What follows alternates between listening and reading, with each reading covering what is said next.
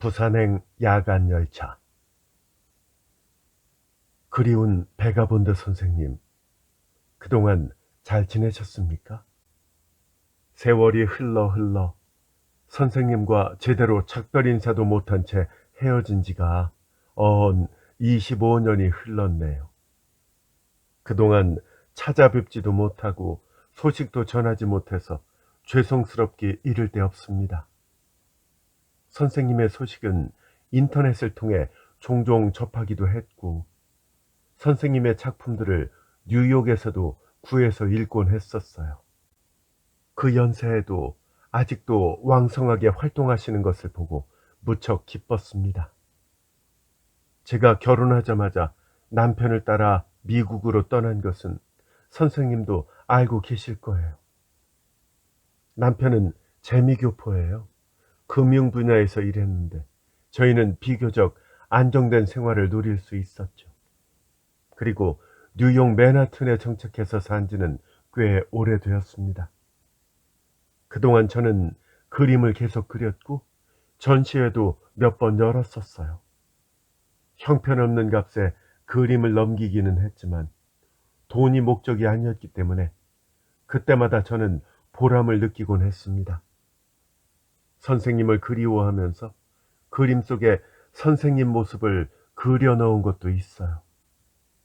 눈보라치는 간이역에서 눈을 맞으며 외롭게 서 있는 모습인데 흐릿하게 그린 겁니다. 근데 그 그림은 금방 팔려서 지금 저한테 없는 것이 매우 아쉽습니다. 그동안 한국에 서너 번 다녀왔는데 일정이 바쁘다 보니까 서둘러 떠나곤 했습니다. 한 번은 선생님께 모처럼 연락을 했더니 하필이면 외국 여행 중이어서 서운한 마음만 안고 돌아온 적도 있었어요. 저에게는 지금도 안개로 남아있는 야속한 선생님. 마음 같아서는 그 안개를 헤치고 선생님께 달려가서 다시 한번 안기고 싶어요. 선생님, 저 지금 49입니다. 내년이면 벌써 50줄에 들어서는 것이죠. 선생님과 헤어질 때 24살이었는데 어느새 25년이 흘러 49살이 되었어요. 근데요, 선생님, 제가 벌써 할머니가 되었다는 걸 아시면 놀라실 겁니다. 큰 딸아이가 3년 전에 갑자기 결혼해서 딸을 낳는 바람에 저는 졸지에 외손녀를 보게 된 겁니다. 선생님은 저보다 25살이 많으시니까 올해 연세가 70하고도 넷이시겠네요. 선생님은 어떤 모습으로 변하셨을까 하고 생각하면 선생님의 연세든 모습은 전혀 상상이 안 됩니다. 젊었을 때 선생님의 모습은 너무 멋져서 선생님이 지나가시면 다른 여자들이 모두 흠모의 눈으로 쳐다보고는 했었죠. 그런 선생님을 비록 몇 달간이었지만 저 혼자서 독차지했다고 생각하니 지금도 가슴이 마구 뛰고 벅차오릅니다. 저 선생님, 요즘도 술 많이 드시고 담배도 많이 피우시나요? 그리고 사랑하는 여인도 곁에 있습니까? 하긴 연애를 안 하시면 몸살을 앓으시는 분이시니까 애인이 물론 있겠죠. 저 선생님, 저 지금 부산에 와 있어요. 선생님께 정말 오랜만에 술 한 잔 사드리고 싶어요. 며칠 전에 어머님이 돌아가시는 바람에 갑자기 부산에 오게 되었습니다. 오랫동안 병석에 누워 계시다가 돌아가셨기 때문에 애통한 느낌은 별로 없었어요. 저에게 사랑이 무엇인지 가르쳐 주시고 저의 젊음을 통째로 뒤흔들어 놓고 떠나신 선생님. 25년 전 선생님과 함께 서울에서 타고 내려왔던 그 부산행 야간 열차 다시 한번 타고 싶었어요. 근데 알아보니까 그 열차는 없어졌다고 하네요. 어찌나 아쉽던지. 선생님, 그런 밤은 또다시 올 수 없을까요? 선생님 소설을 출판한 출판사에 전화를 걸어서 선생님의 이메일 주소를 알게 되었어요. 전화번호는 알려주지 않더군요. 자, 제 전화번호 적어 보낼게요. 혹시 금주 토요일 오후에 시간이 어떠십니까? 이번에는요, 저 선생님 꼭 만나 뵙고 갈 생각입니다. 그러지 않으면 발길이 떨어지지 않을 것 같아요. 선생님을 잊지 못하는 가화 올림. 그는 가화가 보내온 이메일을 2번, 3번 읽어보았다. 그녀한테서 연락이 올 것이라고는, 그것도 25년 만에 느닷없이 올 것이라고는 생각지도 못했기 때문에 그것을 본 순간 처음에는 먹먹해졌다. 그러다가 조금 후에는 가슴이 벅차올라서 숨쉬기조차 불편했다. 아, 가화. 불꽃같이 타오르던 가화. 그렇게 가버린 지 벌써 25년이나 지났단 말인가? 그렇게 오랜 세월이 지났는데도 가슴에서 뜨거운 열정이 일렁거리는 것을 느끼고 그는 자신이 아직도 그녀를 사랑하고 있음을 깨달았다. 그것은 25년 동안 가슴속에 뭉쳐진 채 처박혀 있었지만 한편으로는 언제라도 폭발할 수 있는 휘발성을 안고 있었던 것 같았다. 지금 생각하니 25년 전 밤에 그녀와 함께 탔던 그 부산행 야간 열차는 그들의 이별을 실어다 준 마지막 열차였던 셈이었다. 아, 부산행 야간 열차. 어떻게 그 열차를 잊을 수 있겠는가? 그러나 그 열차는 지금은 존재하지 않는다. 더 정확히 말하자면 그렇게 별실을 갖춘 열차는 수익성이 없어서 그랬는지는 몰라도 한동안 운행되다가 없어지고 만 것이다. 추리작가 노준기가 오가와를 처음 알게 된 것은 26년 전인 가을 어느 날이었다. 그때 그는 48살이었고 가와는 대학 졸업반 학생으로 23살이었다. 그녀는 부산에 있는 대학에서 서양화를 전공하고 있었는데 문학 쪽에도 관심이 많아서 초대작가 강연에 참석했다가 그의 눈에 띄었던 것이다. 그때 준기는 2시간 가까이 특강을 했는데 맨 앞에 앉아서 그에게서 눈을 떼지 않는 머리가 긴 여학생이 그의 시선을 끌었다. 강연이 끝나고 땀을 뻘뻘 흘리고 있는 그의 곁으로 누군가가 다가왔다. 그러고는 살그머니 손수건을 꺼내주면서 땀을 닦으라고 말했다. 말한 사람을 보니 바로 그녀였던 것이다.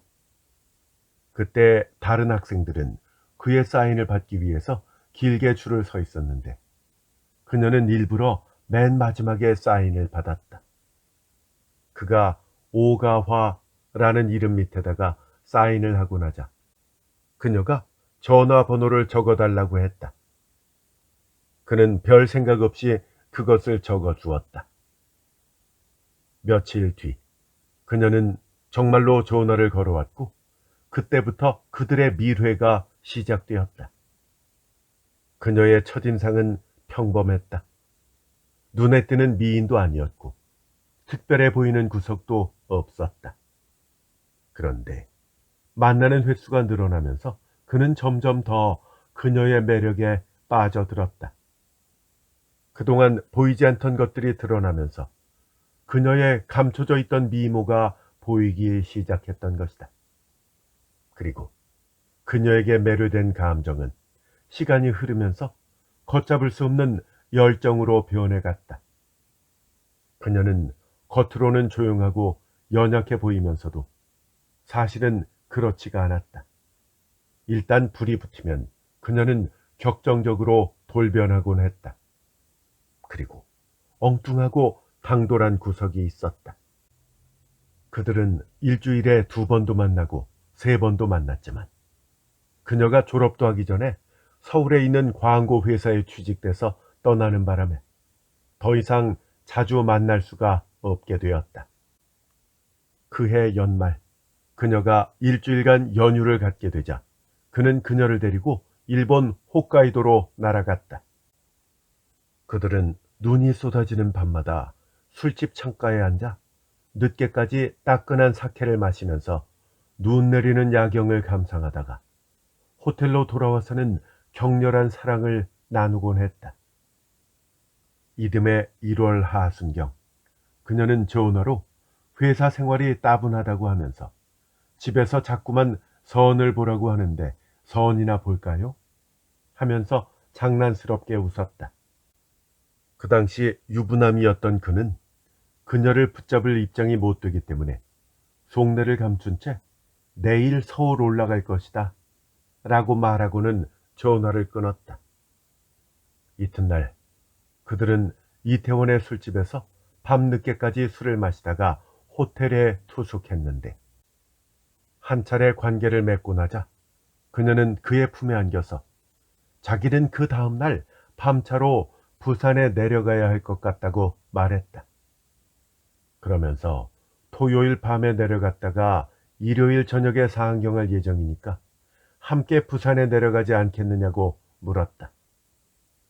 무슨 일이 있느냐고 그가 묻자 그녀는 선 볼 사람이 부산에 있는데 일요일 낮 12시에 선을 보기로 엄마가 약속을 해놔서 내려가야 한다는 것이었다. 장난처럼 했던 말이 정말이 된 것 같았다. 준기가 남자는 뭐하는 사람이냐고 묻자 그녀는 그에 대해서 대강 이야기해 주었는데 그는 재미교포로 콜롬비아대 MBA 과정을 나와 현재 뉴욕에 있는 금융회사에 근무하고 있고 나이는 그녀보다 6살이 많은 30살이라고 했다. 그쪽에서는 금방 결혼식을 올린 다음 신부를 데리고 곧바로 뉴욕으로 갈 계획이라고 했다. 그 말 끝에 그녀는 부모님이 하도 성화를 부려 약속 장소에 나가기는 나가는데 자기는 별로 결혼할 마음이 없다고 했었다. 결혼하면 선생님하고 헤어지잖아요. 그녀는 그렇게 말했지만 그렇다고 해서 그녀를 마냥 붙잡아둘 수는 없었고 언젠가는 헤어져야 할 운명이기 때문에 준기는 아무 말도 하지 못하고 멀거니 있다가 겨우 이렇게 말했다. 아직 나이도 어린데 뭘 그렇게 빨리 결혼하려고 그래? 엄마가 이런 자리는 없다고, 기회를 놓치면 안 된다고 아주 극성이세요. 또 한편으로는 저도 뉴욕 가서 살고 싶기도 하고요. 한국은 너무 좁고 답답해요. 뉴욕은 현대미술의 중심이자 성지니까 가서 마음껏 그림 구경도 하고 공부도 더 하고 싶어요. 아, 그래? 그녀의 마음이 흔들리고 있는 것을 보고 그는 가슴이 아려왔다. 저 결혼 나중에 하겠다고 할까요? 그녀가 그의 눈치를 보면서 슬쩍 물었다. 그는 얼른 고개를 끄덕였다. 그래. 뭐 결혼이야 몇 년 지나서 해도 되잖아. 그러니까 그동안 저는 선생님의 충실한 애인 노릇이나 하라 이 말이죠? 근데 그러다가 저한테 실증 느끼시면 어떡해요? 에이, 쓸데없는 소리 하지 마. 저 선생님, 우리 살림 차릴까요? 어떠세요?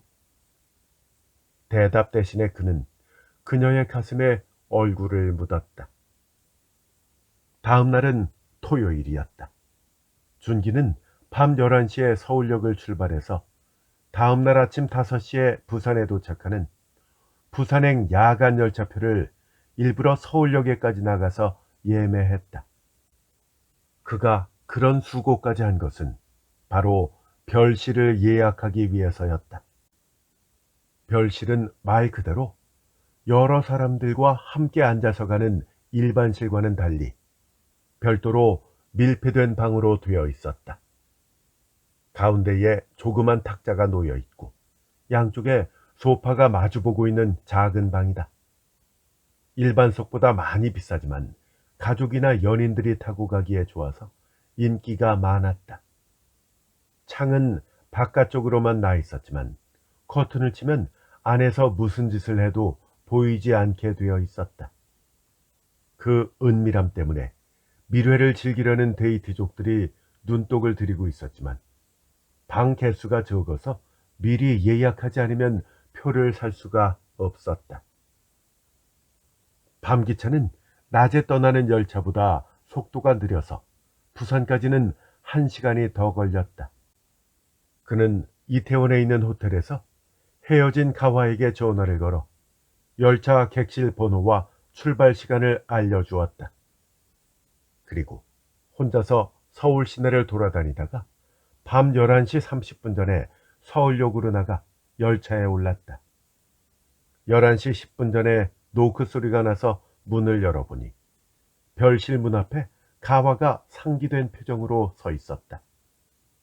어머나 선생님, 이런 열차도 다 있네요. 안으로 들어선 그녀는 신기한 듯이 실내를 둘러보았다. 이윽고 열차가 출발하자 그는 탁자 위에다가 와인병과 종이컵들을 꺼내 놓았다. 탁자는 너무 작아서 마주 앉아 술이나 한잔하기에 적당한 크기였다. 양쪽에 놓여있는 소파는 같은 크기였는데 한쪽에 2사람 정도 앉을 수 있었고 인조 가죽으로 되어 있었다. 차창 밖으로는 눈발이 조금씩 날렸다. 경기 이남 지역에 대설특보가 내려져 있었다. 그들은 차창에 부딪히는 눈을 보면서 와인잔을 들고 건배했다. 그가 맞선이 성공하기를 바란다고 하자 가와는 눈을 흘겼다. 그는 맞은편에 앉아있는 그녀의 손을 잡아 끌어서 자기 곁에 앉게 한 다음 그녀를 껴안고 입을 맞추었다. 한참 지나 포옹을 풀자 그녀는 빨갛게 달아오른 표정으로 우리 신혼여행 가는 것 같네요 하고 말했다. 그는 내일 정말 선 보는 거야? 이렇게 정색하고 물었다. 그녀는 그에게서 눈을 떼지 않은 채 조심스럽게 고개를 끄덕였다. 정말 선을 보는 거구나. 그럼 난 어떡하고? 그는 25살이나 어린 여자에게 바보처럼 물었다. 선생님, 선은 형식적으로 그냥 보는 거예요. 엄마가 하도 성화라서요. 선만 볼 거고 결혼은 안 할 테니까 걱정하지 마세요. 그녀는 그의 품속으로 파고들면서 그에게 또 키스를 했다. 열차가 멈춰서자 그들은 밖을 내다보았다. 천안역이었는데 눈은 더 많이 내리고 있었다. 어머, 선생님, 저 눈 좀 보세요. 엄청 많이 와요. 그녀가 소리쳤다. 불빛에 비친 눈송이는 한방눈처럼 커 보였다. 와, 정말 너무 멋있네요. 그녀는 들떠서 이렇게 덧붙였다. 정말 아름다운 밤이에요. 그래, 정말 근사하다. 밤열차, 그리고 별실에서 연인의 품에 안긴 채 창밖으로 내다보는 하얀 밤은 더없이 아름다울 수밖에 없었다. 짐을 든 사람들이 부산하게 움직이고 있었고 영무원이 가로등 밑에 서서 붉은 깃발을 흔드는 것이 보였다. 열차가 다시 천안역을 출발하자 그는 실내등을 껐다. 어둠 속에서 그들은 한동안 말없이 창밖으로 스쳐가는 하얀 밤을 바라보았다. 하얀 밤이 차창으로 밀려 들어와 방 안을 가득 채우고 있었다. 그들의 모습과 움직임은 비현실적으로 보였다. 마치 어두운 조명 아래서 움직이는 연극 배우들 같았다. 그는 아무 말 없이 탁자 위에 놓여 있는 것들을 모두 치웠다. 그녀는 그가 이끄는 대로 조용히 일어나 탁자 위에 들어 누웠다. 탁자가 워낙 작았기 때문에 그녀가 들어 눕자 그것은 한 귀퉁이도 보이지 않았다. 열차는 심하게 덜컹거리고 있었다. 그녀가 굴러 떨어질 것 같았기 때문에 그는 그녀를 붙든 채 남김없이 발가벗겼다. 그리고 재빨리 자신의 옷도 한꺼번에 벗어서 소파 쪽으로 던져버렸다. 그것은 그들만의 파티였고 그들만이 이해할 수 있는 세계였기 때문에 하나도 이상하거나 부끄러울 것이 없었다. 끊임없이 덜컹거리는 열차의 흔들림 때문에 잠시도 마음을 놓을 수가 없었다. 덜컹덜컹, 덜컹덜컹. 어느새 그 리듬에 맞춰 그의 하체도 움직이고 있었고 그녀의 신음소리도 점점 더 높아져 갔다. 열차의 소음이 그녀의 신음소리를 집어삼켰지만 그의 귀에는 오로지 그녀의 신음소리만 들려왔다. 창밖으로는 여전히 눈보라가 휘몰아치고 있었고 불빛들이 드문드문 흐릿하게 나타났다가 사라지곤 했다. 덜커덩거리는 것이 철교 위를 지나가는 것 같았다. 그는 손을 뻗어 그녀의 헝클어진 머리칼을 쓰다듬었다. 그녀가 격정에 못 이겨 상체를 일으키면서 손을 뻗어 그를 붙잡으려고 했다. 그는 상체를 굽혀 그녀에게 입을 맞췄다. 그는 더 이상 참지 못하고 말했다. 저 콘돔을 안 가져왔는데. 그러자 그녀가 숨가쁘게 말했다. 괜찮아요, 선생님. 사랑해요. 이제 날이 새면 그녀가 다른 남자와 선을 본다고 생각하자 그는 견딜 수가 없었다. 절박한 심정이 된 그는 그녀에게 영원히 지울 수 없는 화인을 찍어 놓으려는 듯이 온 힘을 짜내 그녀의 몸속으로 들어갔다. 다른 사람이 절대 손을 못 대게 철저히 파괴해버리고 싶은 충동까지 느끼면서 말이다. 얼마 후 열차가 대전에 도착했을 때는 앞이 보이지 않을 정도로 눈이 내리고 있었다. 그들은 플랫폼으로 뛰어내려가 재빨리 우동을 한 그릇씩 먹어치웠다. 우동을 먹다 말고 그들은 서로를 쳐다보면서 웃었다. 열차가 김천을 지났을 때 그들은 두 번째로 사랑을 나누었다. 그들에게 마지막 밤이 될지도 모를 밤을 붙들어 두려는 듯이 상대방에게 필사적으로 매달렸다. 이런 밤이 두 번 다시 오지 않을 것이라는 것을 그들은 어느새 예감하고 있었다. 대구에 도착했을 때도 눈은 내리고 있었다. 열차가 다시 출발하자 그들은 또다시 사랑을 나누었다. 벌써 세 번째 사랑이었다. 꼬박 뜬 눈으로 부산에 도착한 그들은 옷을 입고 짐을 챙기고 나서 잠시 서로를 쳐다보았다. 6시간은 금방 지나가 버렸다. 격렬했던 시간이 지나간 자리에는 차가운 피로감과 공허감만이 남아 있었다. 이별도 아니고 그렇다고 다시 만나자는 약속도 없이 그들은 그렇게 거기서 헤어졌다. 그녀가 먼저 자리에서 일어섰다. 동생이 마중 나온다고 했기 때문에 먼저 나갈 테니 여기서 헤어지자고 말했다. 그는 일어나 그녀를 껴안고 키스를 했다. 그가 포옹을 풀자 그녀는 출입문 쪽으로 다가가 문을 열다 말고 돌아서서 그를 쳐다보았다. 선생님, 저 선생님을 영원히 잊지 못할 거예요. 그녀의 눈에 눈물이 맺힌 것 같았다. 그리고 그녀는 문을 열고 사라졌다. 영원히 잊지 못할 거예요. 그 한마디가 귀에서 계속 맴돌고 있었다. 그 후 그는 24년 동안 가화를 만나지 못했다. 그녀는 그때 선을 본 재미교포 청년과 벼락치기 결혼식을 올린 다음 그를 따라 미국으로 건너갔다는 말만 전화를 통해서 들었을 뿐이었다. 이것이 그들의 만남과 헤어짐이었다. 토요일 오후 4시가 가까워져 오자 준기는 초조해졌다. 해운대 바닷가에 있는 목로 주점 앞에 노천에 앉아서 아까부터 맥주잔을 기울이고 있는 그는 아직 시간이 되지 않았는데도 이제나 저제나 하고 가화가 나타나기를 기다리고 있었다. 이윽고 가화가 도착했다. 약속 시간보다 5분 늦게 온 건데 혼자가 아니고 웬 젊은 여자와 아기를 줄줄이 데리고 나타났다. 그녀는 환하게 웃으면서 다가와 준기와 포옹했다. 그 눈부신 미소에 그는 어질어질했다.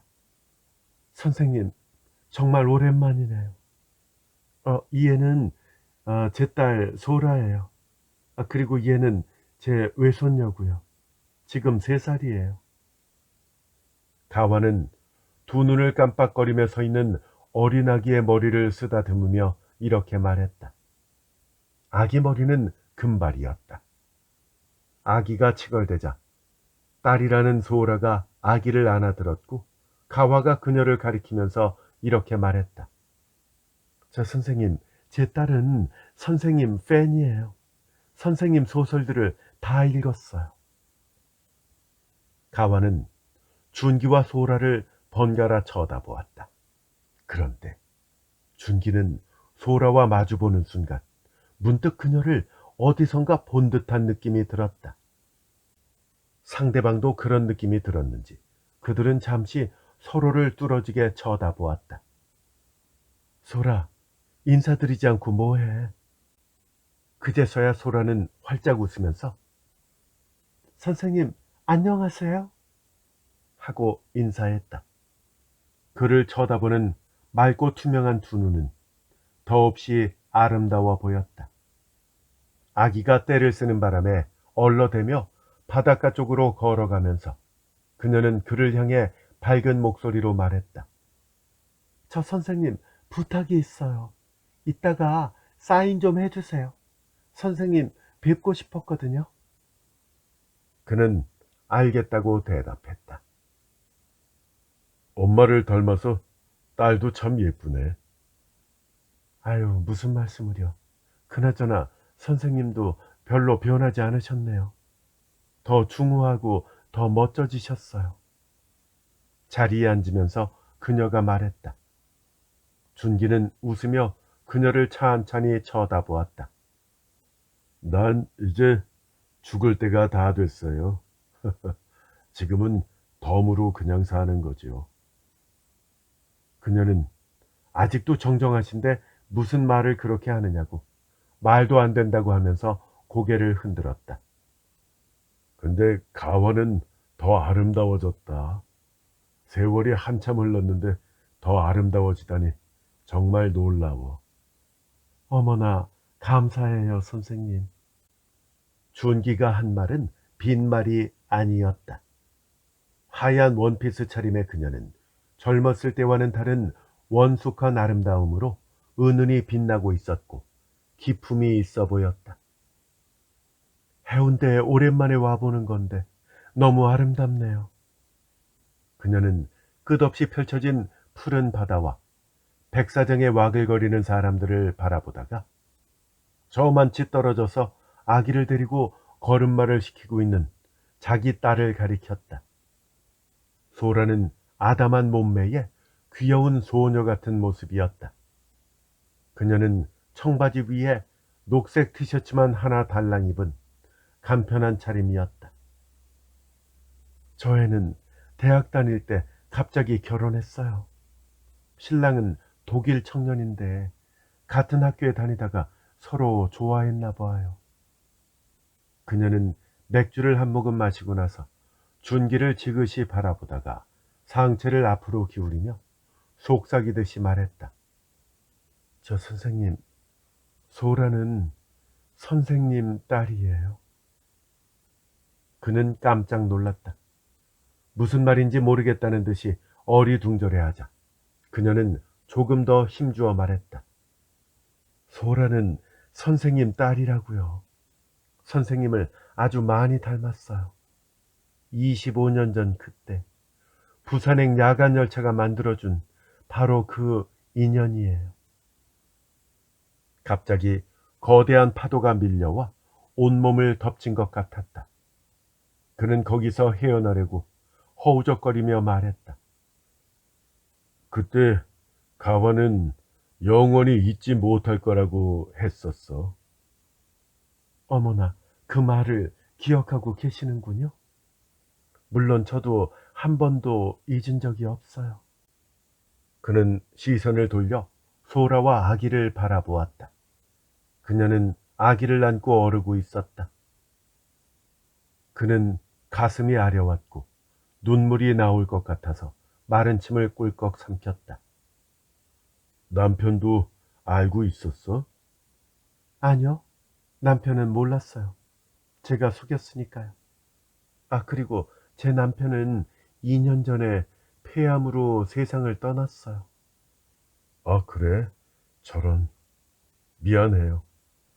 저 근데 소라는 내가 누군지 알고 있나? 아니요, 소라도 몰라요. 그럼 말하지 마. 나만 알고 있으면 됐으니까. 준기는 탁자 위로 손을 뻗어 그녀의 손을 가만히 잡아주었다. 그때 아기가 가와 쪽으로 아장아장 걸어왔다. 가와가 일어나 아기를 안더니 준기 앞으로 다가왔다. 선생님, 한번 안아보실래요? 준기가 당황해서 얼결에 아기를 안자 아기가 놀라서 울기 시작했다. 그는 금발의 손녀 뺨에 얼른 입을 맞추었다.